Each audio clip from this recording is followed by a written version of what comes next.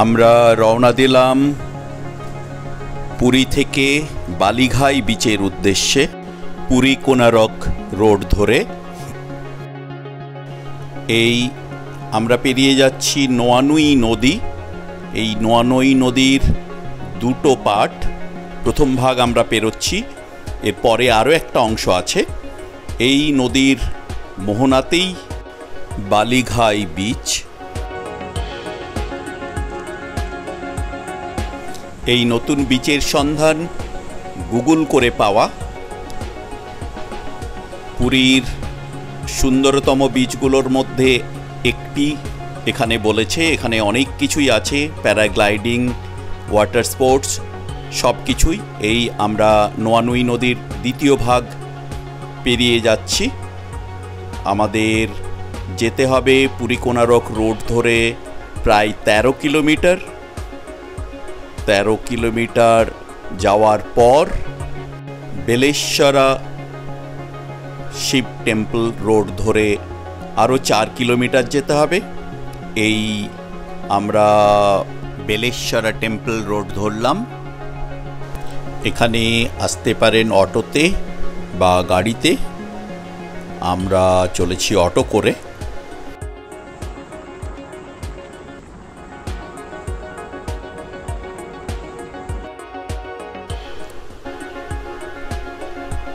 দুদিকে ঘন কাজুর জঙ্গল, তার ভেতর দিয়ে মসৃণ রাস্তা।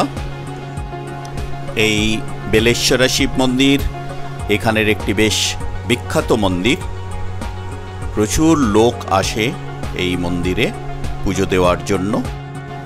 যদিও আমরা আগে কখনো এখানে আসিনি।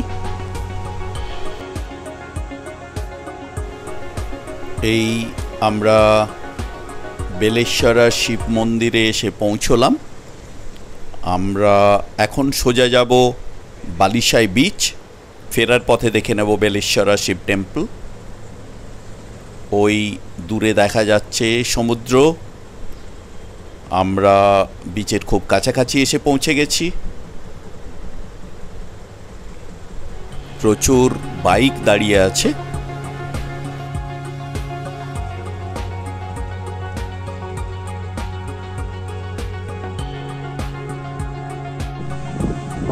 আমরা বালিঘাই বিচে এসে পৌঁছলাম। খুব নির্জন জায়গা, একদম নিরিবিলি নির্জন মনে হচ্ছে। বেশ কিছু লোক সমুদ্রে স্নান করছে, সম্ভবত তারাই বাইকে করে এসেছে। বিচের কোথাও কোনো রকম ওয়াটার স্পোর্টস বা প্যারাগ্লাইডিং কোনো কিছুই চোখে পড়ছে না। আমাদের অটোর ড্রাইভারও বললেন যে এখানে ওসব কিছুই নেই। ফলে গুগল আমাদের এটা সঠিক তথ্য দিতে পারেনি। যাই হোক, বিচটা খুব সুন্দর, বেশ প্রশস্ত। তবে চোরাবালি আছে, ড্রাইভার বলল জলে নামবেন না। যারা স্নান করছে তারা বেশিরভাগই লোকাল লোক বলে মনে হচ্ছে, কারণ সবাই বাইকে করে এসেছে। বা হয়তো যারা বেলেশ্বরা শিব মন্দিরে আসে তারা অনেকেই এখানে এসে স্নান করে যায়, এমনটাও হতে পারে। যদিও এখন বিচে কোনো কিছুই নেই, কোনো দোকান পাট, হোটেল, কোনো কিছুই না। ভবিষ্যতে এই বিচ পপুলার হলেও হতে পারে, কারণ বিচটা খুবই সুন্দর। আর সবচেয়ে বড় অ্যাডভান্টেজ হলো একদম বিচ পর্যন্ত রাস্তা আছে, যাতে ইজিলি বিচে চলে আসা যায়।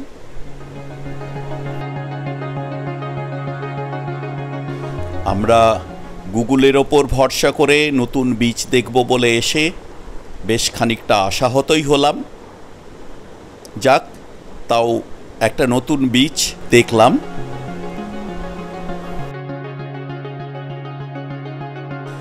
আমার মিসেস যে গুগল করে এই বিচের সন্ধান পেয়েছিল সে সবচেয়ে বেশি আপসেট বিচ দেখে। কিচ্ছু করার নেই, এসে যখন পৌঁছেছি খানিকটা সময় কাটিয়ে যেতেই হবে।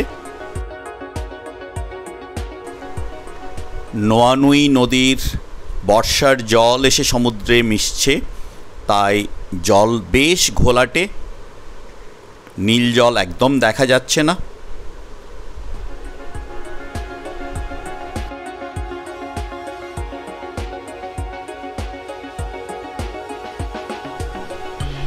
নির্জন বিচে বেশ খানিকটা সময় কাটিয়ে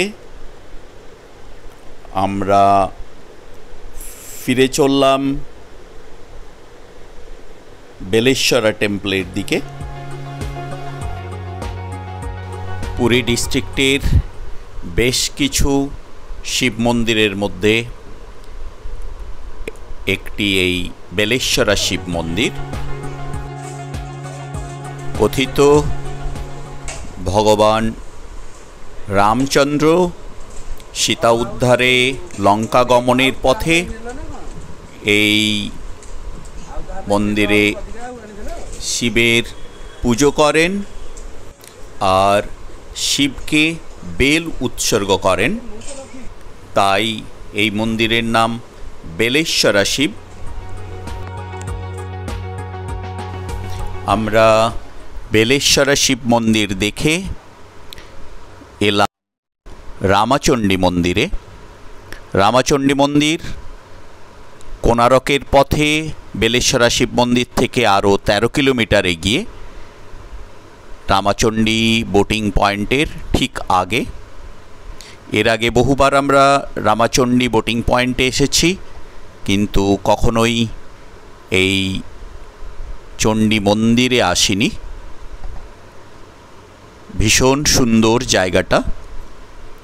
মন্দিরের প্রবেশপথেই রয়েছে একটা বিশাল বটবৃক্ষ, তাতে মানুষ মানত করে ছোট ছোট চূর্ণি বেঁধে দিয়ে গেছে।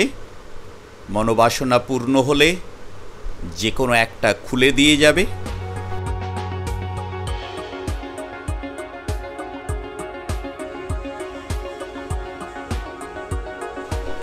কথিত আছে যে 17শো শতাব্দীতে যখন কালাপাহাড় হিন্দুদের সমস্ত মন্দির ধ্বংস করছিল, তখন নিজেকে রক্ষা করতে দেবী দাসীর রূপ ধারণ করেন আর কুশভদ্রা নদীতে নিজেকে বিসর্জন দেন।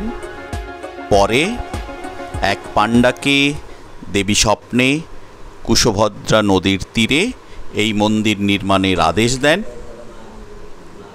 সেই প্রাচীন মন্দিরের প্রায় কিছুই এখন অবশিষ্ট নেই। দেবী চণ্ডী এখন অধিষ্ঠান করছেন এই নতুন মন্দিরে। মন্দির চত্বরের পুজোর সমস্ত রকম সামগ্রী পাওয়া যায়। রয়েছে 10 মহাবিদ্যার মূর্তি, আর চণ্ডী মন্দিরের পাশেই রয়েছে এক শিব মন্দির।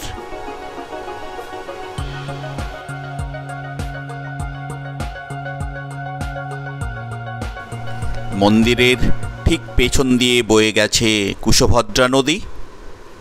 এই কুশভদ্রা নদীর বোটিং পয়েন্ট, এখান থেকে বোটে করে সিমাউথ পর্যন্ত যাওয়া যায়। আমরা এবারে আর বোট রাইড করলাম না। এর আগের বার এসে রামাচণ্ডীর আরেক বোটিং পয়েন্ট থেকে সিমাউথে গেছিলাম। রামাচণ্ডী মন্দির থেকে রামাচণ্ডী সেকেন্ড বোটিং পয়েন্ট পর্যন্ত পুরো রাস্তাটাই এরকম সুন্দর করে বাঁধানো। কুশভদ্রা নদীর পাড় বরাবর হেঁটে যাওয়া যেতে পারে, বেশ ভালো লাগবে। দূরে সমুদ্রের জল আছড়ে পড়ছে বালিয়াড়িতে, দেখতে দেখতে।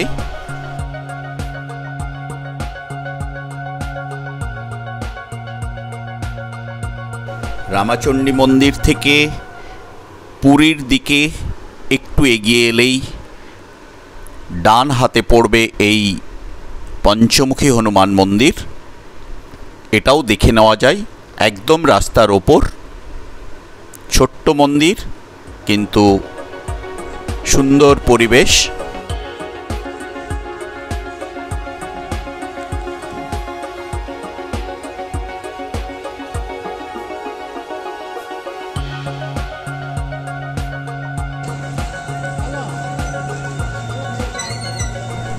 বালিঘাই বিচ, রামাচণ্ডী মন্দির দেখে আমরা সন্ধেবেলায় এলাম জগন্নাথ দেবের দর্শন করতে।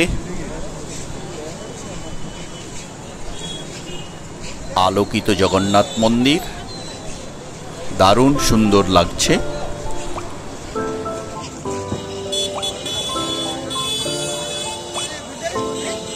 মন্দিরের সামনে গ্র্যান্ড রোডে এখনো রথ দাঁড়িয়ে রয়েছে।